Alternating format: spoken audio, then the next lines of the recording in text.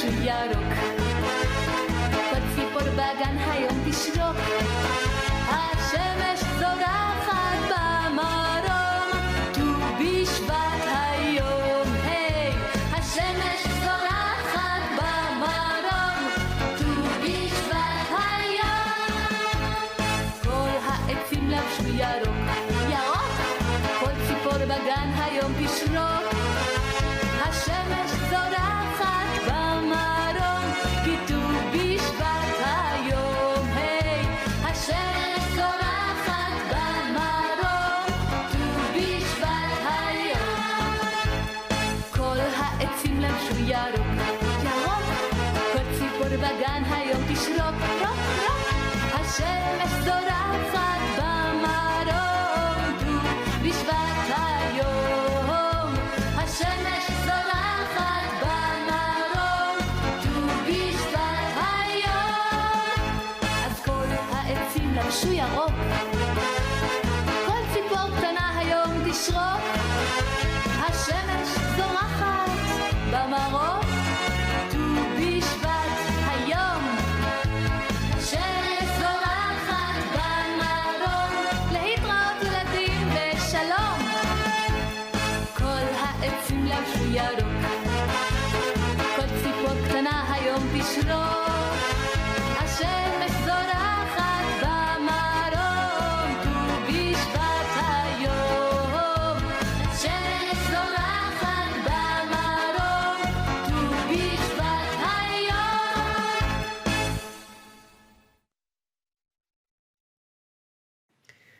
Good afternoon, everyone. I'm so delighted that you're with us to celebrate and commemorate two very important aspects of this special day. Today, we celebrate the Jewish holiday of Tu BiShvat, which coincidentally lands exactly on Martin Luther King Jr. Day. So thank you for being a part of that. And I want to welcome Rabbi Ron. How are you doing, Rabbi Ron? I am well. Shalom, Rabbi Bender. Shalom. I look forward to celebrating with you. And I want to introduce a very, very special guest, a dear friend of mine, Pastor Kenneth Davis. How are you, Pastor Kenneth? I'm doing well, Rabbi Bender. It's nice to be here and nice to participate in this event with you and Rabbi Ron. Thank you so much. And I always enjoy when we get to work together and reflect together and celebrate important themes that matter so much to all of us. And in that light, Rabbi Ron and I wanted to ask you, Reverend Pastor Kenneth, how would you depict or capture what the meaning of this day is for you and for all of us in 2022? Well, thanks for this opportunity again. I think that although a cross-section of America kind of honors Dr. Martin Luther King for his commitment to civil rights and nonviolence, Martin Luther King Day holds a particularly special place in the life of the Black church. King was first and foremost a Black Christian minister that was informed by kind of the social teachings of the Black church tradition and notions of this siblinghood of humanity and the parenthood of a sovereign God who really partners with those on the underside of society. I think that those are the things that really constituted King's moral vision. And this kind of, for me, this strand of prophetic tradition impelled Martin Luther King to challenge America to live up to its professed ideals of freedom and justice and equality for all, but really extended a privilege option to the poor and to the oppressed. And one of the important lessons that I would share about this holiday is that it is really a celebration of a movement of people of goodwill to stand in the face of evil. Most often during our observation of this holiday, Dr. King is pictured alone, and yet during this time in which he served in the movement, he was almost never alone. He shared an extraordinary partnership with his wife, who joined him in his work and who kept him and the family moving forward. All of the camera shots that we usually see of Dr. King show him surrounded by aides and supporters and those who were blessed to walk with him on his journey. But his determination that this struggle would follow a non-violent principle is, for me, one of the greatest contributions that he made to society, to the world, and to humanity. It gave something new to American culture. It really provided a way for one's life and body to move against the enemy and move against evil without really destroying life. And we live in a culture where violence is really a major way to bring about change. America needed a lesson of the civil rights movement, and it's important to find ways, I think, as faith communities to continue to teach this lesson, to make this lesson contemporary one in our faith communities. So what I would suggest, talk about how many times violence, individualized or organized violence, state-sponsored violence, has been used as a strategy to obtain change and power and really ended in destruction.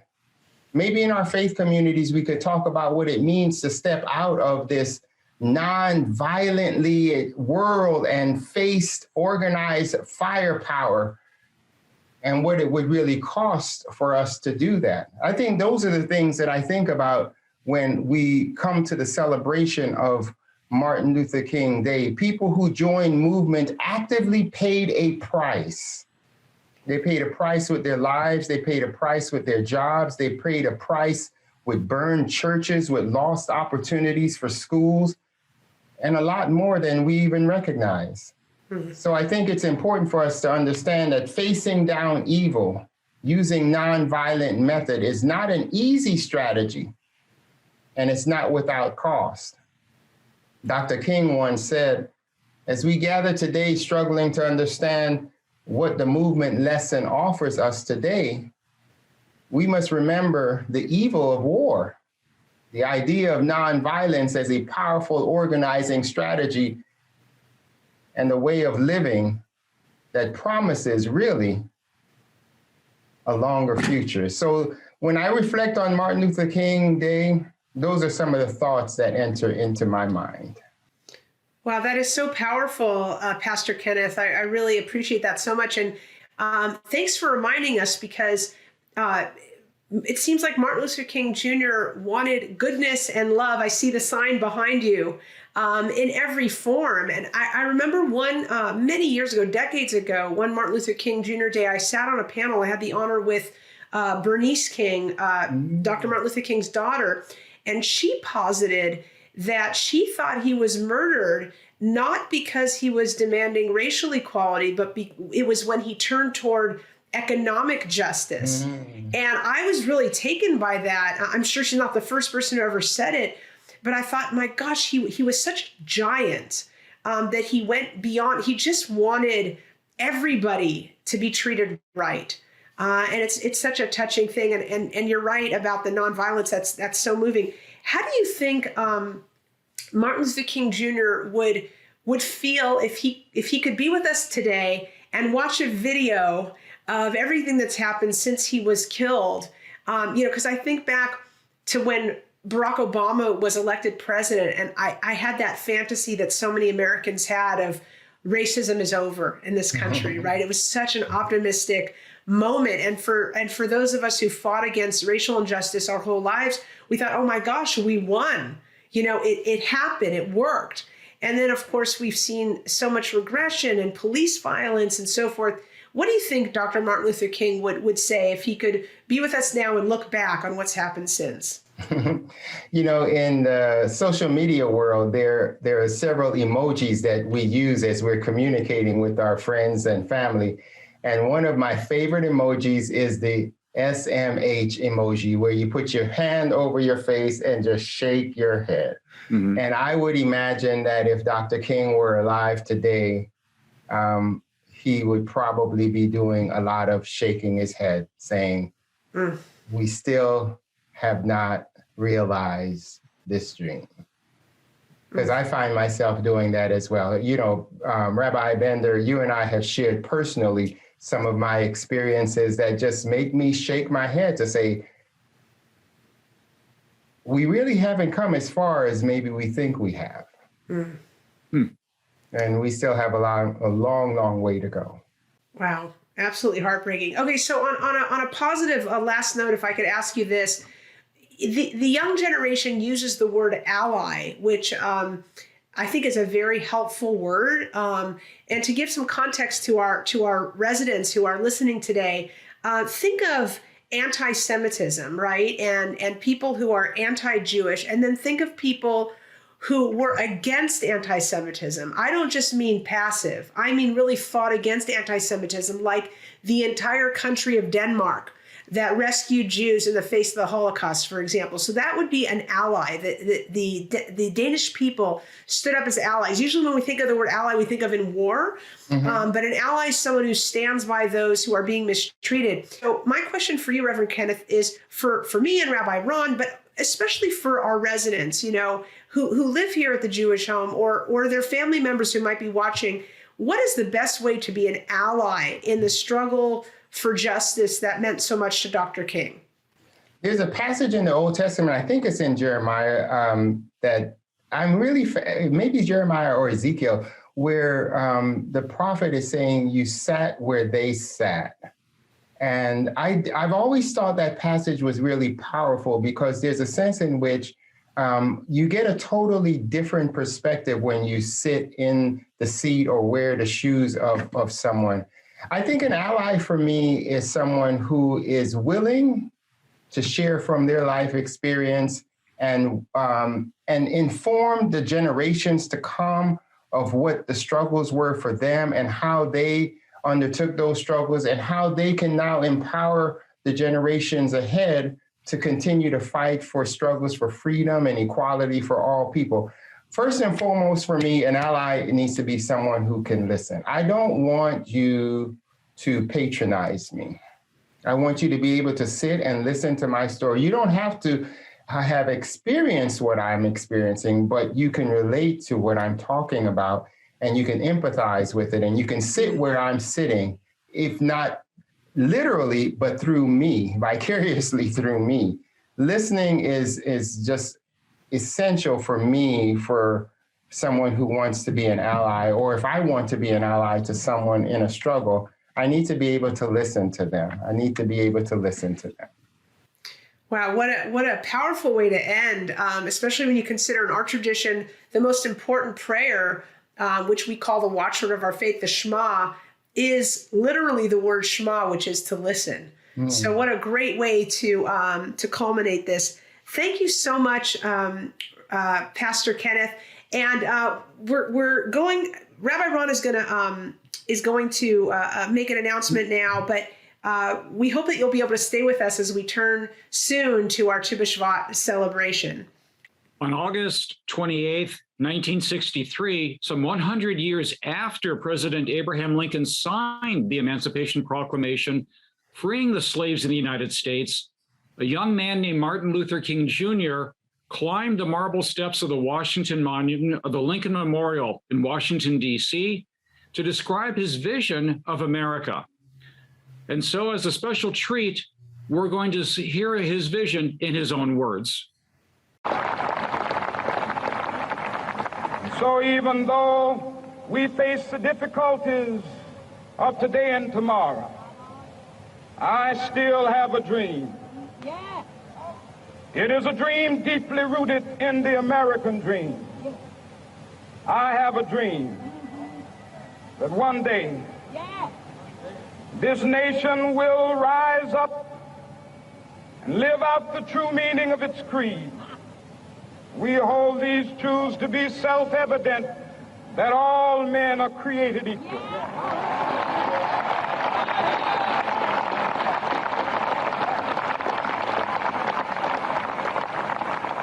I have a dream that one day on the red hills of Georgia, the sons of former slaves and the sons of former slave owners will be able to sit down together at the table of brotherhood. I have a dream that one day Even the state of Mississippi, a state sweltering with the heat of injustice, sweltering with the heat of oppression, will be transformed into an oasis of freedom and justice. I have a dream that my 4 little children will one day live in a nation where they will not be judged by the color of their skin, but by the content of their character. I have a dream today.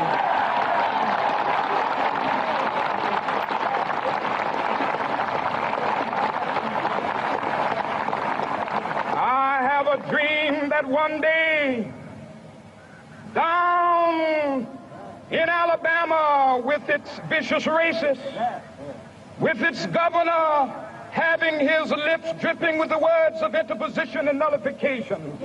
One day right there in Alabama, little black boys and black girls will be able to join hands with little white boys and white girls as sisters and brothers. I have a dream today.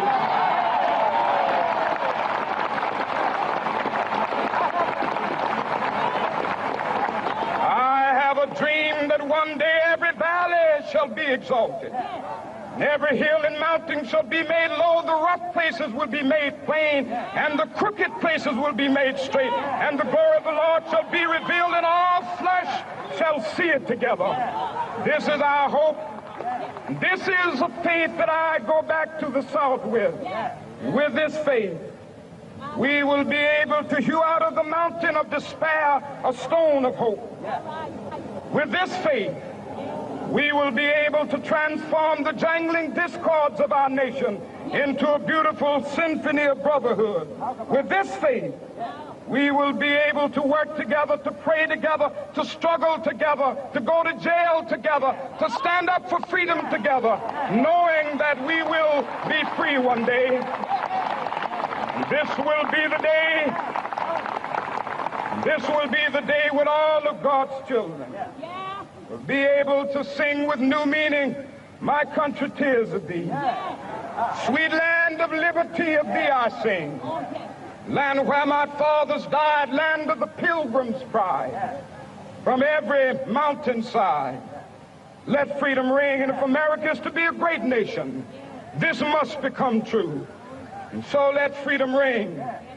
From the prodigious hilltops of New Hampshire, let freedom ring. From the mighty mountains of New York, let freedom ring. From the heightening Alleghenies of Pennsylvania, let freedom ring. From the snow-capped Rockies of Colorado, let freedom ring. From the curvaceous slopes of California. But not only that, let freedom ring from Stone Mountain of Georgia. Let freedom ring from Lookout Mountain of Tennessee. Let freedom ring from every hill and molehill of Mississippi, from every mountainside. Let freedom ring, and when this happens,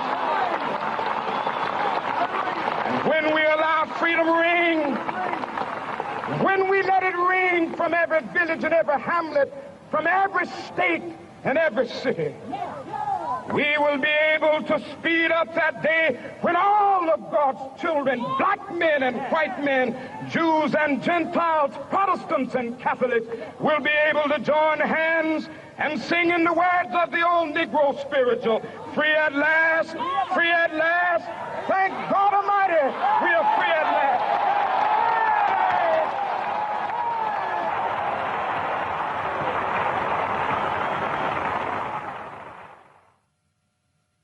I could listen to that speech every day. So inspiring. Yeah, great oratory leads to great inspiration. As I think about that speech, I think about a poem written by Langston Hughes many, many, many years ago. And the poem is Dream Deferred. What happens to a dream deferred? Does it dry up like a raisin in the sun? Or fester like a sore and then run? Does it stink like rotten meat? Or crust over sugar sweet like syrupy sweet? Maybe it just sags like a heavy load. Or does it explode? As I reflect on Dr. King's message and the dream that's in the message, I often ask myself several questions. Has it been denied? Has it been developed? Has it been derailed? Has it been delayed? Or has it been deferred? My prayer is that you and I, no matter where we are on our journey in life, can be active participants in making this dream become a reality for everybody. Thank you. Thank you so much, Reverend Pastor Kenneth. Thank you so much. I think it was Elie Wiesel who talked about that it wasn't the evil of the few that has made the worst things happen. It's the silence of the many. We need to listen. That's what we learned from you today. And not be silent, not just hope it will get better, but see ourselves as participants with you. Thank you so much for being with us. If you have time to stay on, we'd love to have you join us for our Tu BiShvat celebration. I'd love to. Thank you, Pastor. I agree. Indifference is the worst sin of all. Martin Luther King Day reminds us of how we're supposed to treat our fellow human beings, and the observance of Tu BiShvat reminds us how we have a responsibility to treat the physical earth and our environment around us. Thank you, Rabbi Ron. So what is Tu BiShvat? First of all, the name is odd and awkward because it's a number. It's sort of like calling Independence Day 4th of July. Tu is Tet and Vav, which are the numbers that stand for 15. And Shvat is the name of the month that we're in. So it's the 15th of Shvat. And this day is known as the birthday of the trees. Is it Arbor Day? In a way, but it's more spiritual than that. And what Rabbi Ron and I hope to do with you today is, capture the spirituality of Tu BiShvat and then do a fruit tasting with you. Hopefully each of you have received a plate of, about 8, 9, 10 fruit, and we will taste them in a few minutes. But first, Rabbi Ron, could you guide us in your reflection of this holy day of Tu BiShvat? Sure, of course. Thank you, Rabbi. Being a religious Zionist, I can't think of Tu BiShvat without thinking of Eretz Yisrael, the land of Israel. And if you travel in Israel, you'll see constantly wherever you go, particularly in the central and the north, groves and groves of huge eucalyptus trees that were planted by the Chalutzim, the initial Zionist pioneers in the last century. And the purpose of those trees was to dry up the swamps. Why was this so important? So one, of course, is the idea that you're going to reclaim the land. You're going to make something useful out of it rather than just a swamp. But also something that came up in discussion yesterday, malaria was a huge scourge of the land, that these swamps led to the breeding of mosquitoes that spread disease. So by draining those swamps using these trees, it created a place where people could actually live in safety. The planting the trees in the wilderness, the idea of reclaiming land that had been lost to disuse or neglect. We still plant trees in Israel just for that exact reason. When I visit my wife's home kibbutz, Magan Michael, right on the coast, it used to be called, there was a name in Latin, but it translates as Crocodile River, Crocodilopolis. Try saying that 5 times really fast. But the idea being is that at one time it was all swampland. It was overrun by wild animals and crocodiles, believe it or not. And in the modern era, the land has been reclaimed, it's been recovered. And now you see between the kibbutz on one side and the Arab village to the south of it, Faradis, acres and acres of farmland. They're raising fruits and vegetables between the two communities. It's amazing to see the recovery of the land, the making the land arable, the making the land habitable, and most importantly, the responsible use of the land really hits me as being the big Zionist takeaways from Tu BiShvat. Shemaim, Shemaim Adonai v'aretz natan livnei adam, that the heavens are God, the earth he gave to mankind. But in that partnership, we're expected to use it responsively. That's so beautiful, Rabbi Ron. Thank you. When I think of Tu BiShvat, I think of something broader than the birthday of the trees, even though I do, in fact, plant a tree virtually every year, as the tradition asks us to do. In fact, I have a new friend who recently said to me, and this friend has not been to my house, and she said, do you have some sort of giant backyard? And I said, no, actually, my backyard is rather small. Why do you ask? And she said, because you've talked about all these fruit trees. And it's true. I've packed fruit trees into my property each year, trying to fulfill the mitzvah, the commandment of planting a fruit tree.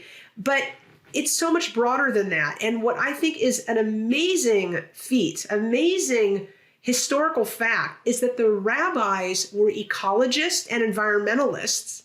And I want to read a quote to you that was probably written about 1,500 years ago by the rabbis in Ecclesiastes Rabbah. Listen to these words. And before I read them, I want you to keep something in mind. Obviously, the rabbis did not know about global warming. They did not know about pollution. They did not know about deforestation. They didn't know about any of the crises that we know of today that have to do with the environment. And yet, listen to what they said. They said, in the hour when God created the first person, that's Adam or Adam and Eve, God took Adam to pass before all the trees of the Garden of Eden. And God said, see my works, how fine and excellent they are. Now all that I have created, I created for your benefit. Think upon this and do not corrupt or destroy my world. For if you destroy it, there is no one to restore it after you. Isn't that amazing as a cautionary tale that our ancestors warned us not to destroy our world? And what I think is so amazing about this is they lived in little villages. What did they even mean? They didn't even know of the large-scale damage that we have been able to do with chemicals and pollution and so forth. And yet somewhere they knew, in a prophetic way, in a sense, they knew that the earth was precious, and they understood that we, as the intelligent life on this planet, had a responsibility to be what they would call Shomrei Adama, which means guardians of the earth.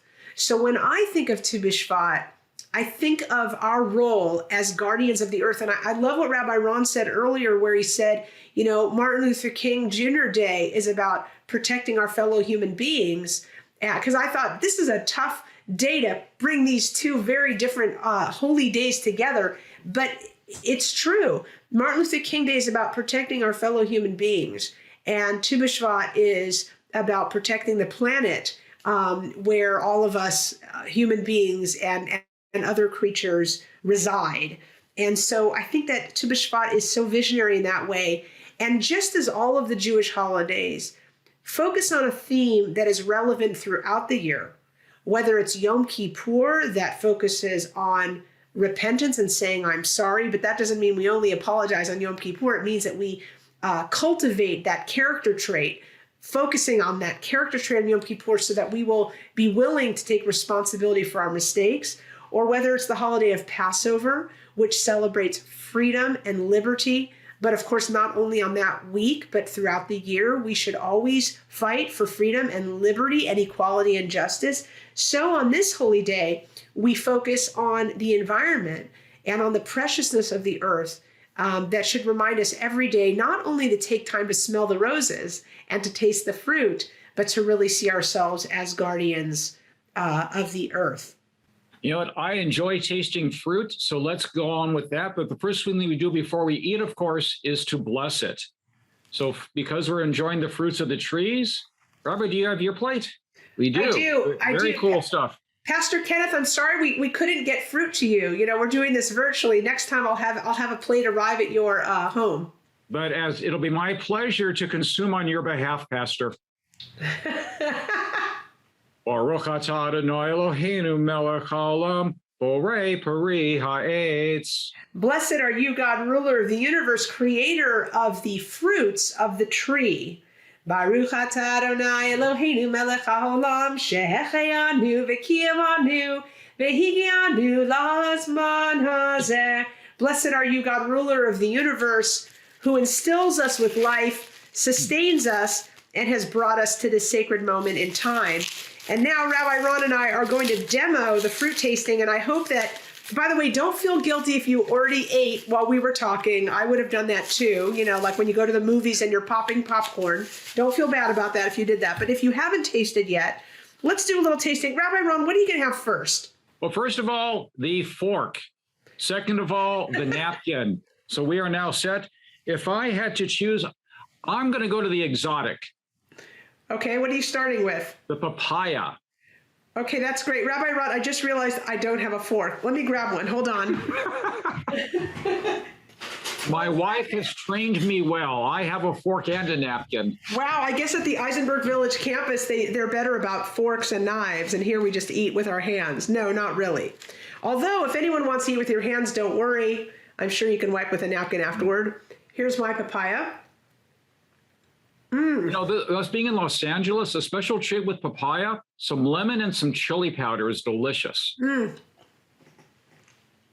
It's true. And honestly, I can't believe we can get papaya in January. This must be brought in from somewhere. You know, such a change. South of the equator? Yeah, actually, it's a good point. And but Pastor can relate to this also. When we were children, fruit was very seasonal.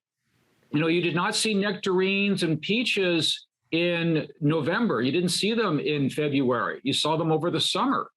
But in the world we live in today, as you just pointed out, we can import it from all over the world.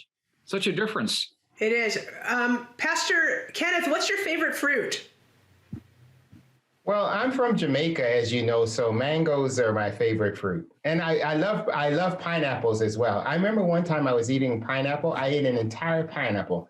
It had so much acid in it. The sensors or whatever in the back of my tongue started to Oh, nice. Oh my goodness.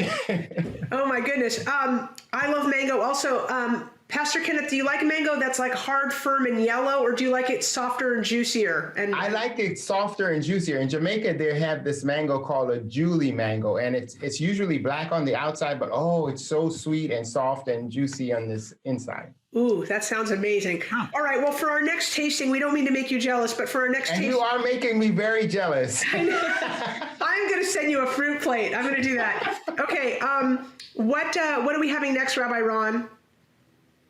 You know, let's go to a different part of the different realm. Let's go to the almond, the humble almond. Oh yes, I have almond slithers. I don't know what other people have. You also? Okay, let's go for it. Yeah, I like almond on ice cream. Actually, have you ever had that? I do, and again, because I like to go one step too far. Almond on the ice cream with both salt and hot fudge. That salt and chocolate taste, ugh, good stuff. Fascinating. Pastor Kenneth, what's your reaction? So, rabbis, I'm wondering, is there significance to the particular fruits that are on the plate, or does it matter? No, it doesn't matter at all. And it's what we did this year. We kind of went rogue. Typically, we would taste, let's say, 3 or 4 fruit. Okay. But we felt that this year we wanted it to be closer to 10, just to really celebrate big. But no, there's nothing particular about the ones we're tasting. And the almond, is that normally a part of the fruit plate? You know, again, there's no normal. This is, you know, we have Jewish holidays where things are very strict and specific. Okay. Tu BiShvat is such a light festival that people do it in all kinds of ways. So there is no normal, but I think that if you're asking the question like why, and it's a good question, why are we having nuts? But nuts really, as my father always reminds me, nuts are in the pit of fruit.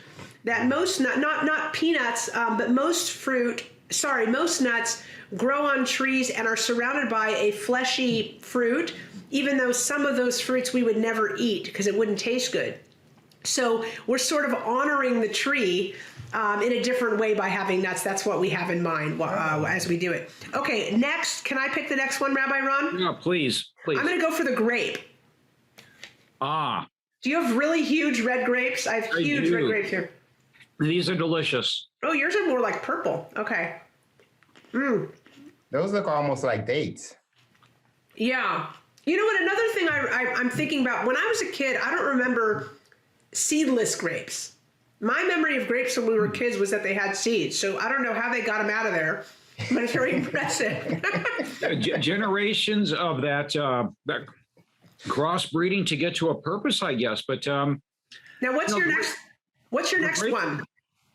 I'm still enjoying the grape because I enjoy both the grape as a fruit and its liquid product also. I see. You like wine. Yes, that would be a good one. Pastor Kenneth, do you like wine or grape juice? What do you like? I like red wine. Cabernet, Merlot, what do you like? Cabernet. So you can feel free to send me a bottle of wine and the fruit if you'd like to. I better do that. I better do that. Okay, I'm jumping into the see, the only problem with having the date next is that dates are so sweet that everything tastes not sweet in comparison, but I'm going to do it anyway. Yeah. The other thing, okay, not to freak anyone out, but don't dates look a tiny bit like cockroaches? Look, I'm going to put it really close. You know what disturbs me about that is my wife and I were just out in India doing some for some of the dates, and we got a gift box. My wife said that exact thing last night, but she used the Hebrew word. Zinere como juke. It looks like juke. Yeah, they call them jukim. In Hebrew, a juke is a cockroach, Pastor. Because the Israeli cockroaches are giant. Yeah, they're so big. Yes, they're a UFO when they're in the air. It's really true. Right. I would join you with those dates, but sadly, I finished mine beforehand. I have no self-control. Okay, now we've got to move this along because we're going to run out of time soon. I'm going to go into my, I have a slither of a pear. Oh, nice. Do you have a pear? I do. Okay. All right, let's do it.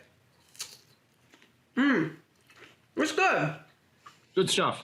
I'm kind of picky about pears. I just want to say, Pastor, I'm curious about your opinion. I really like my pears soft. When they're hard, I say I might as well have had an apple. Pastor, what do you think? So are they usually green and develop into that like yellow gold color that you have right there? Or is it a different strand of pears that are the different colors on the outside? Good point. I like mine soft. I don't like them hard at all. Same, exactly. And it's amazing. I just want to make a shout out for the earth. Sometimes I'm amazed at how many species there are. I don't know if that's even the right word for it, of each fruit. There's a remarkable number, and I know some of them have been bred, right? But there are a remarkable number of pears. Even let's say mangoes, that there are different types of mangoes. Sometimes that blows my mind, just the sheer diversity. Like when you go in the ocean and how many fish are there? There must be thousands of species. It just boggles my mind, the gorgeous diversity in nature. And apples. The Macintosh apples are the best for making apple pie. Just keep that in mind. Good to know. Apples. With enough brown sugar and butter, they're all delicious. Rabbi, to your point about diversity, you're more of a Talmudist than I am, but in Parsha Shekolim, they talk about, the looking at humanity and the idea of like a coin all looking from the same die, but looking slightly different. And I think it's the same idea when we look at the different varieties of pears and apples. They all taste good, but they're all slightly different. And I think there's some value to that. I think our sages of blessed memory were keen observers of the world. When it comes to pears, again, I default to the sweet. And when we on campus here, we make bake fruit for the residents periodically. And I keep saying there's nothing that a little bit of brown sugar can't enhance. So true. All right, I'm gonna make a recipe right now. I'm gonna take a bite of apple and then throw in a raisin right behind it. Oh. Do a kind of like uncooked apple pie. All right, hold on. Huh? What do you think? So this is where, having been a little boy, I'm sure Pastor can identify this. You stack the raisins on top of the apple. I think I need to confess something. I'm pretty sure my raisins are cranberries. Doesn't it? I think so. I think they're cranberries, but I'm not going to complain. All right. We just have a couple left. I think you have a tangerine and I've got a slither of an orange. Rabbi Ron, do you have a tangerine? I'm going to guess that's what it is. Yes. I'm going to go with that. All right, let's go into that. Of course, nothing is more delicious than orange juice, so we can make orange juice right now. That is so good. That is really amazing. I was thinking about your backyard and the pardes, the orchard. We have the same thing. My wife is a kibbutznik, kibbutznikit, excuse me. And she loves to plant fruit trees We have all kinds of citrus. We have rimonim. But what I really think we have is we're feeding the neighborhood squirrels and possums. That's because funny. I think they get much more of it than we do. That's funny. Okay, before we have our walnuts as our last thing, I want to ask a question of both of you. Since Pastor Kenneth mentioned apple pie, what is your favorite kind of fruit pie? Yeah. Pastor, you first. I think apple pie is my favorite. Absolute favorite. I also like peach cobbler, which is a nice dessert as well. But apple pie is my favorite pie. Nice. Rabbi Ron? I'm not as discerning as Pastor. I'm a big believer in the theory of see food and eat it. So if you put it in front of me, apple is certainly delicious. I think I lean towards the berries. I like boysenberry very, very much. But all those they're all blessings. They're all blessings to be enjoyed.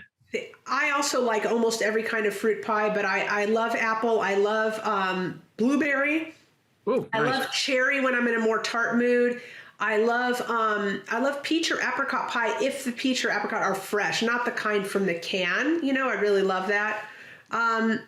As we take our last bite, our last fruit, and maybe people have different ones, but I just have walnut left, and I'm going to taste it now. I want to acknowledge, since we talked about the diversity of the species, the rabbis in the Jerusalem Talmud, meaning the Talmud that was written in Israel, not the big one that was written in Babylonia when we were in exile,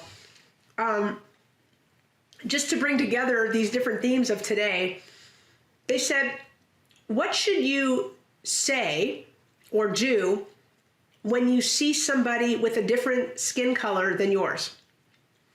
And they said, you should say, Baruch atah Adonai meshaneh et habriot, which means, blessed are you, God, who makes the creatures, because we're all creatures, in the sense that we were all created, who makes the creatures different from one another. And that is to say that the diversity of all species, including the human race, was an intentional diversity made by God. And that's something that we should celebrate at all times, and including celebrating the diverse fruits that we are enjoying today. Pastor Kenneth, I absolutely owe you fruit and Cabernet. But before I do that, we're going to sing a song. What's that? Fruit and Cabernet for the win. Right. Before I do that, we're going to sing one song before we say farewell to our dear friends. And I really want to thank everyone for being with us today. I hope you enjoyed our time together as we celebrated the earth and celebrate humanity and celebrate the vision and dream of Dr. King. Thank you again, Pastor Kenneth, for being with us, and Rabbi Ron as well. I want to thank everyone who helped us prepare for today, our dietary department, our IT department, and all of you for being here with us, and everyone who helped get the televisions on, activities, nursing, all of our staff for doing such an amazing job. Adama v'shamayim chom ha'esh tzliel hamayim ani margish טוב בגופי ברוחי ונשמתי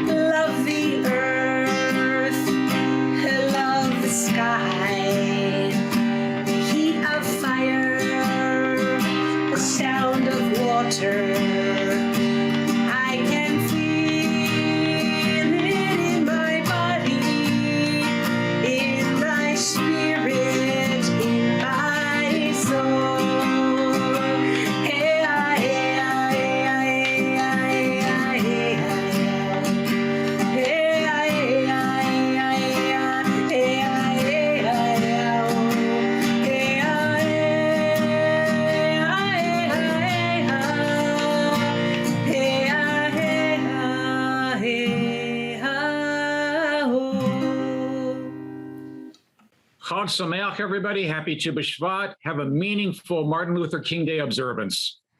Happy Tu BiShvat, a meaningful Martin Luther King Day. Thank you so much, Rabbi Ron, and especially our wonderful guest and friend, Pastor Kenneth.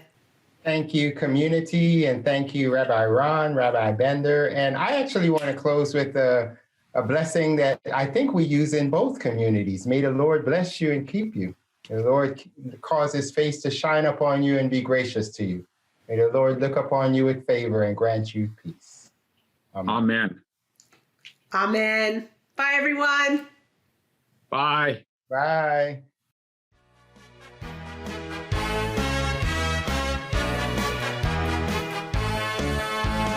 כל העצים לבשו ירוק, כל ציפור בגן היום תשרוק, השמש זורחת במרום, ט"ו בשבט היום, היי, השמש זורחת במרום, ט"ו בשבט היום.